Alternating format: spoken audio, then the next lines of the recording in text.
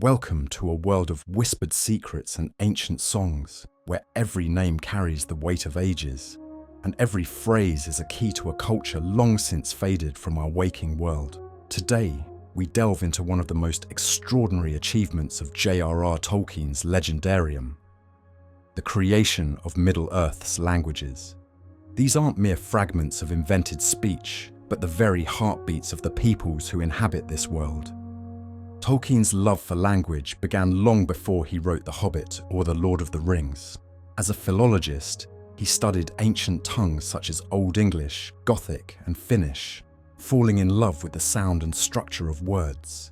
His professional career as a professor of Anglo-Saxon at Oxford gave him the foundation to weave linguistic artistry into storytelling. Unlike other fantasy authors who merely create names or phrases, Tolkien constructed entire languages, complete with grammar, syntax, and historical evolution.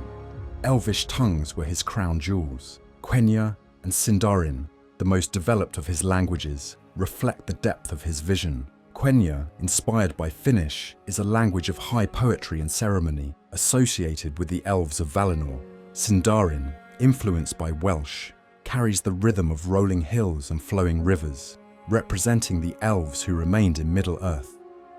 Each word in these languages is deliberate, capturing the ethereal beauty and tragic melancholy of the elves themselves. But Tolkien didn't stop at Elvish. Dwarvish, or Khuzdul, reflects a sharp, structured efficiency that mirrors the nature of its speakers. Its guttural sounds and hidden nature, revealed only sparingly to outsiders, hint at the secretive and proud culture of Durin's folk. Meanwhile, the black speech of Mordor is harsh, unyielding, and engineered for domination, a linguistic embodiment of Sauron's will to control and suppress individuality.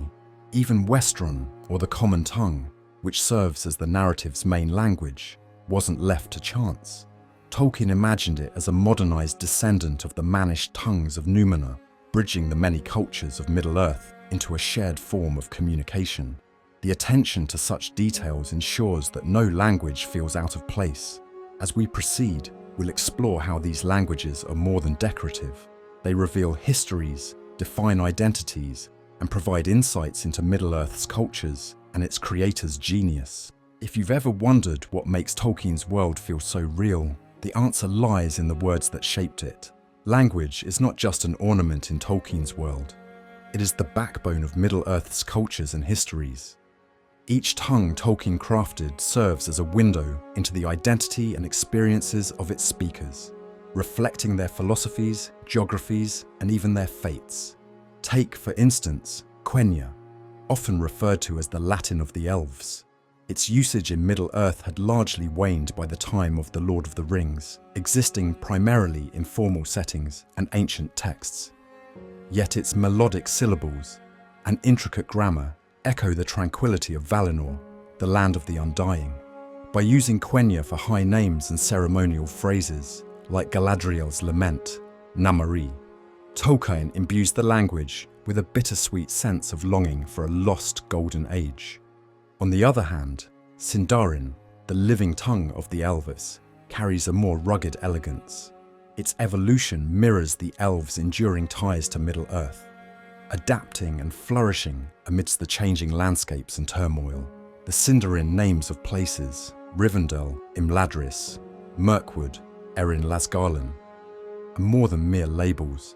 They are poetry etched into geography, rich with meaning.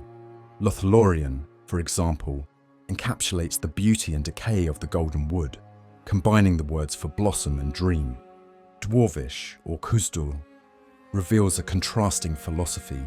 Created by the Vala Aule, Khuzdul is a constructed tongue, much like the dwarves themselves were crafted by his hands. Its rigid structure reflects the dwarves' meticulous craftsmanship and deep respect for tradition. Remarkably, Tolkien gives us very little of Khuzdul, emphasizing its secretive nature. The dwarves guard their language as fiercely as their treasure, revealing their names only in the common tongue, a practice that underscores their distrust of outsiders. Meanwhile, the black speech of Mordor exemplifies the perversion of language. Unlike Elvish or Dwarvish, which evolved organically or were crafted with love. The black speech was forged as a tool of tyranny. Its harsh, grating sounds and lack of nuance reflect Sauron's desire for dominance, stripping away individuality and reducing its speakers to extensions of his will. The inscription on the One Ring, Ash Nazg Durbatuluk, Ash Nazg Gimbatul, carries an ominous weight, every syllable an echo of the Dark Lord's malice. Westron, or the Common Tongue, plays a pivotal role in uniting the peoples of Middle-earth. It serves as the narrative's linguistic baseline, allowing us to perceive the cultural diversity of Gondor, Rohan, and the Shire, while maintaining a cohesive story. Tolkien cleverly implies that the languages we read in his books are translations, with Westron standing in for English. This approach not only simplifies storytelling, but also reinforces the depth of Middle-earth as a lived-in world, where languages evolve and intertwine over millennia. Each of these languages is a character in its own right, shaping the relationships, conflicts, and philosophies of Middle-earth's peoples. They remind us that language is more than communication. It is identity, memory, and power. What sets Tolkien's linguistic creation apart is its unparalleled craftsmanship. Tolkien didn't just invent words. He created linguistic ecosystems, complete with historical development and cultural context. His deep understanding of philology enabled him to craft languages that feel as if they could exist independently of the stories they inhabit. For example, Quenya and Sindarin are not static creations. Tolkien imagined them evolving over thousands of years, much like real-world languages. Quenya, spoken by the High Elves, originated in Valinor and remained relatively unchanged due to the timeless nature of the Blessed Realm. In contrast, Sindarin underwent significant changes, reflecting the elves' long history in Middle-earth. Its sound shifts, akin to the changes in pronunciation seen in real-world Latin evolving into the Romance languages, make it feel alive and organic. Tolkien also layered his languages with dialectical variations. Within Sindarin, different regions have distinct accents and vocabularies, mirroring the fragmented nature of the elves after their sundering. Even the Rohirrim's language, based on Old English, is a deliberate anachronism chosen to evoke the heroic sagas of the Anglo-Saxons. The linguistic diversity of Middle-earth is not merely decorative, it is an intricate reflection of its histories and migrations. Moreover, Tolkien's attention to etymology extends to names. Every name carries a story, often revealing layers of meaning. Consider Gandalf, derived from Old Norse, meaning elf of the wand. This name not only evokes the wizard's enigmatic aura, but also aligns him with the ancient mythic qualities of his Maya heritage. Similarly, Frodo comes from the Old English word frod, meaning wise by experience, subtly foreshadowing the hobbit's growth through hardship. Tolkien's process for creating languages was deeply personal. In his letters, he admitted that his love of languages often drove his stories, rather than the other way around. Middle-earth was, in many ways, a grand stage for the languages he adored. For Tolkien, linguistic beauty was its own reward. He famously said, "The invention of languages is the foundation." The stories were made rather to provide a world for the languages than the reverse. The enduring appeal of Tolkien's languages lies not only in their technical brilliance, but also in their emotional resonance.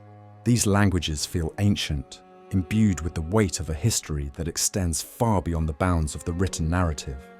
When Galadriel speaks in Quenya, or when Aragorn sings in Sindarin, it doesn't feel like a contrived addition to the story. It feels like we are witnessing a fragment of a real culture.